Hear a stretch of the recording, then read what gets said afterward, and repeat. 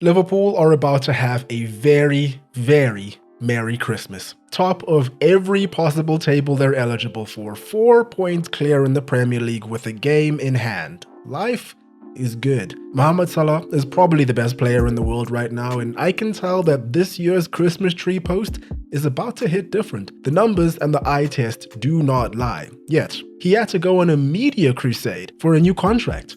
We live in a strange world. Thankfully, in the midst of all of this uncertainty that we face in this crazy world, we can rely on Spurs being the definition of never let them know your next move. Are they about to score one of the most well-worked and incisive goals you've ever seen? Or are they about to concede 6 goals at home while holding more possession? They did all of those things in this match. I guess this is what happens when you have no centre-backs, no left-back, no goalkeeper, but your attack is still pretty good. Elsewhere, we're all watching on as Pep Guardiola descends further and further into madness. Manchester United are back to normal and Jesus has risen just in time for Christmas.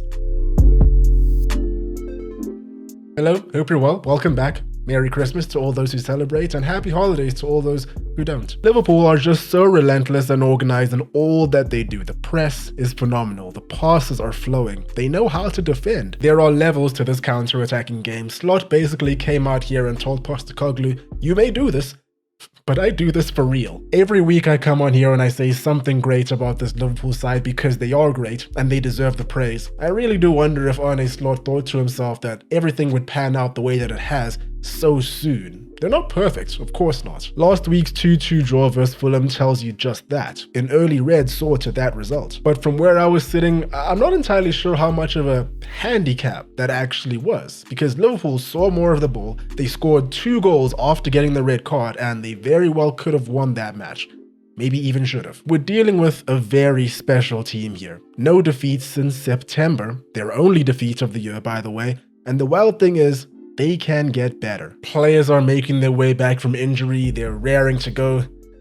God help us all. Spurs were coming fresh off the heels of a big win versus Manchester United. A game where both goalkeepers were having a I bet I can get my manager fired before you contest. It's a really weird game to play because usually when you play that game, there are no winners.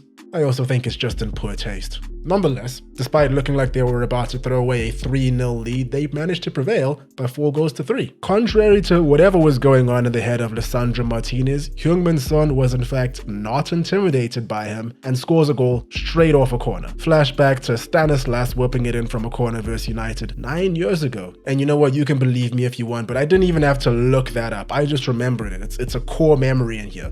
I wasn't having a good time back then. And look at me, almost a decade later. Still not having a good time.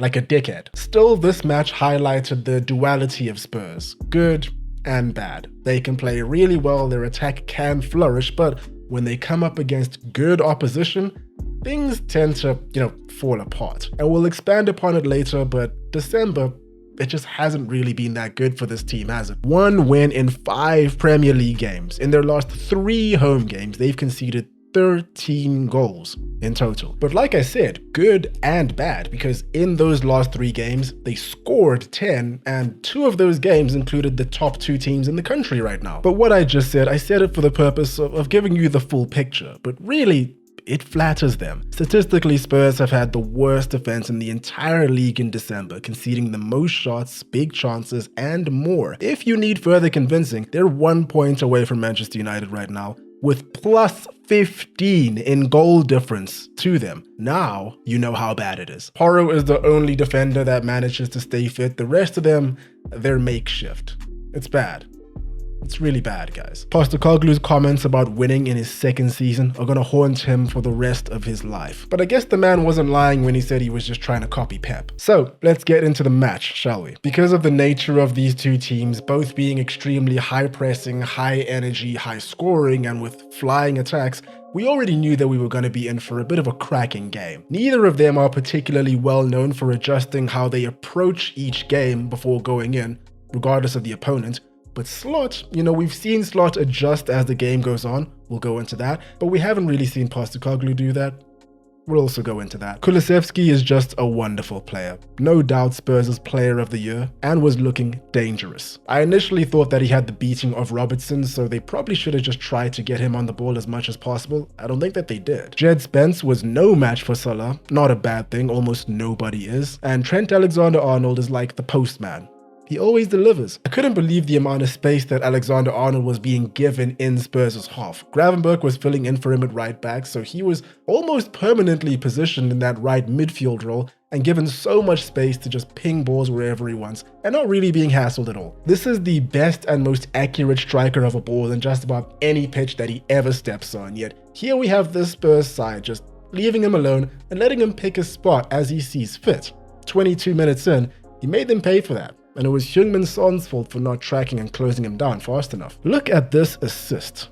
Man, what in the world is going on that he's this good? Great cross, great header by Luis Diaz, 1-0. Quick reminder that this man could very well leave Liverpool at the end of the season on a free transfer, and if that happens, man, it will be tragic. Fast forward a couple minutes later, and Liverpool come from the opposite side of the pitch with the opposite fullback. How many times have we seen that happen? Robertson feeds it in, two defenders couldn't deal with Szoboszlai, and McAllister, probably the shortest man on the pitch, gets the second. It was shaping up to be that kind of game. And this is where we go back to the point that I made earlier on about this Liverpool side knowing how to control games in ways that this Spurs side may never learn how to do, especially if things keep going the way they're going. For the most part, Liverpool contained them really well and kind of limited them to only shots from outside the box. They got them caught offsides a bunch of time because the organization of the defense was brilliant. But it was a mistake by McAllister high up the pitch that led to a turnover and a great strike by James Maddison. Spurs had a lot of momentum here and it looked like the tides may have been turning. If the shoe were on the other foot and Spurs were the one in the lead,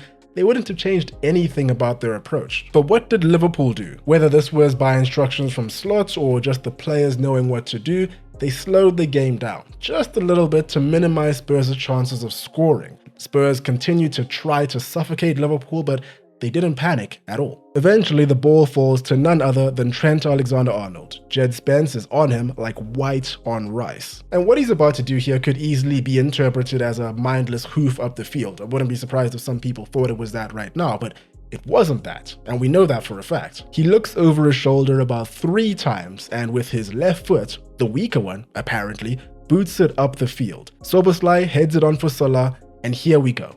There. 4 verse 2. The line of Liverpool players joining the attack is longer than the women's toilet line at a festival. Salah is unreal. The pass over to Diaz is what 99% of players would do. Instead, here we can see him look over his left shoulder at Szoboszlai running in behind him. We bring it forward here, and his body language is still telling the defenders that he's aiming for the left flank. Little do they know that at this point, I think he probably had already made up his mind. Szoboszlai has the better angle and finishes between Forrester's legs. In Liverpool's attack, just about everything fantastic came down to their manipulation of space in and around the box. How they found their man in the half spaces and those areas on either side of the small box was just fantastic. Salah scored a double and assisted a double to put him in pole position of the Premier League scoring charts as well as the assist charts. Easily the best player in the league right now and probably the best player in the world, honestly. And apart from his 2 goals, he's just so smooth on the ball. There was a chance he had in the 17th minute or so where he touches the ball with his left foot, rolls it onto his right, and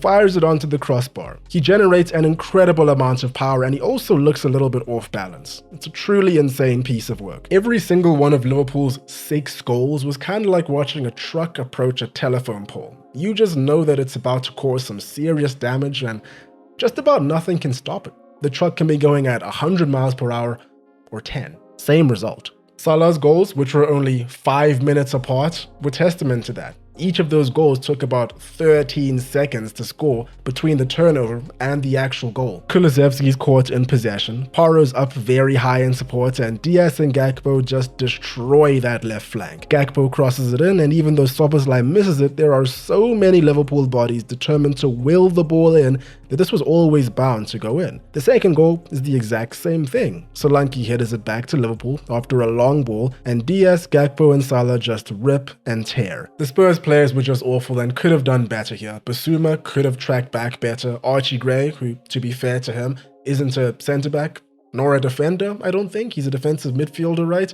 he could have done better. But at the end of the day, we just do need to understand that this Liverpool side is insanely strong. We have to give Spurs some major credit nonetheless. At 4-1, most teams would have given up. At 5-1, most teams would have already had their minds on Christmas morning. Them scoring 3 goals against the league leaders, and 3 good goals at that, pretty much sums up what they can do. The interplay between Kulusevski was really wonderful for that second goal, and Solanke's finish on the half volley was tidy for the third. Sadly, it wasn't enough. Now, Postecoglou is on record multiple times saying that his approach to games is not going to change. And if people want me to change my approach, it's not going to change. Like, we're doing it for a reason. We're doing it because we think it'll help us be successful. And there is something honorable about somebody who has a strict philosophy and they're willing to stick to it regardless of when, the weather goes a bit grey.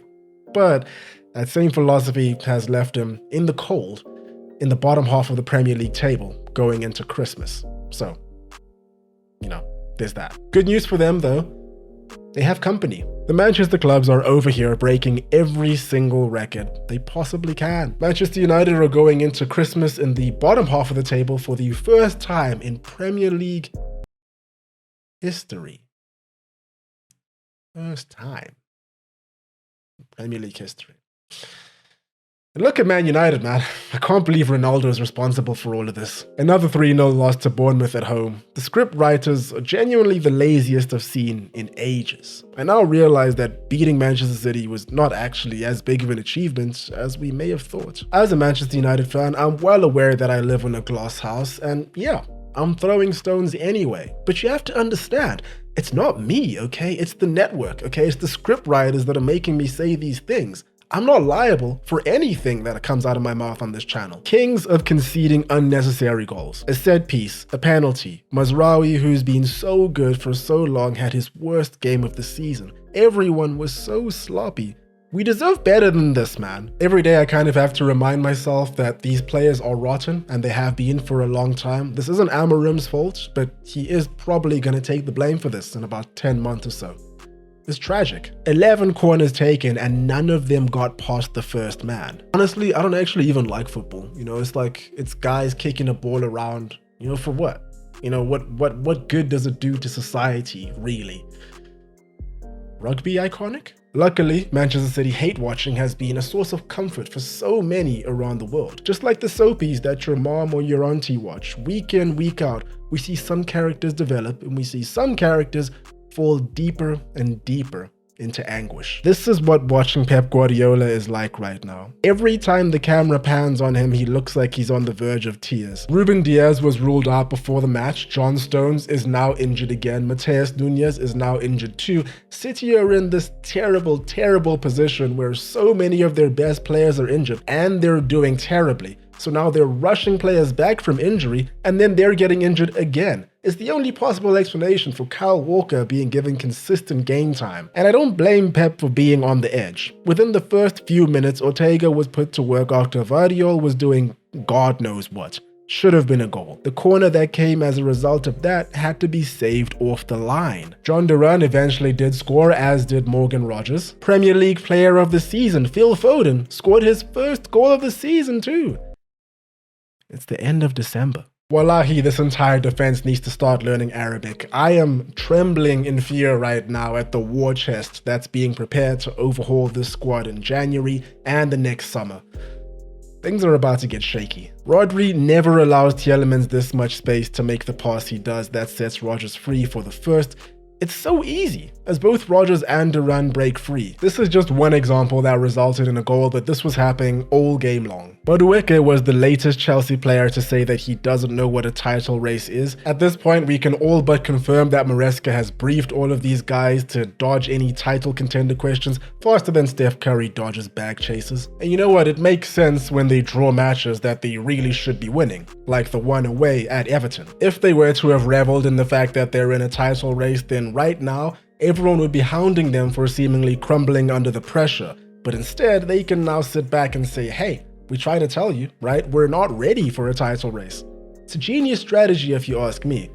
All the same, They are still number 2 contenders, and don't let them forget it. Nottingham Forest are 1 point shy of their total points tally last season, a year where they finished just 1 point above the relegation zone. It's truly insane stuff. I'm thinking that it might be time for that Nottingham Forest video because they are cooking right now. The only thing missing from this set of fixtures was a miracle, like Jesus getting on the end of a cross. Alas, it didn't happen, so journalists are gonna have to be a little bit more creative with their headlines. He did have a stand-up performance for the first time in what seems like ages. 5-1 to Arsenal is how the game ended. Good for Arsenal.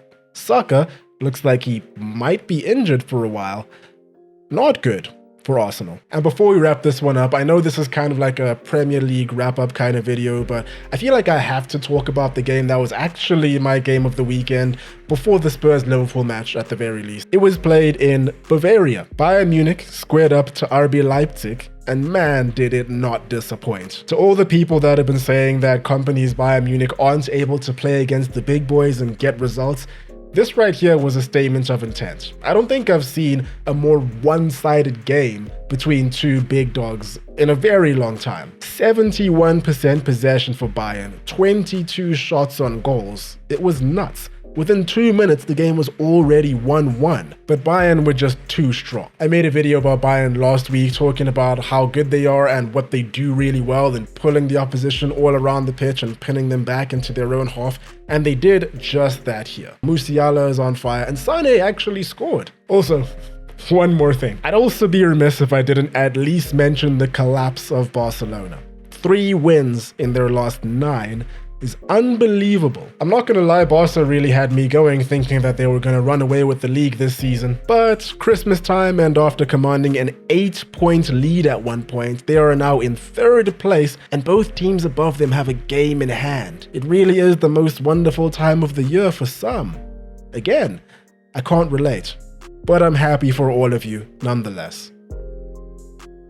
And there we have it. Like I said at the start, very Merry Christmas to all those who celebrate and all those who don't. Happy holiday. Let me know what you think about the Premier League, the Bundesliga, and all those leagues. Things are looking very great right now. There will be one last, I think, big retro video before the end of the year. It's on a former Liverpool player, so it's very exciting. Watch out for that one. And that's all for me today. Hope you guys enjoyed. Hope you're having a great day. Cheers, and I'll catch you in the next one.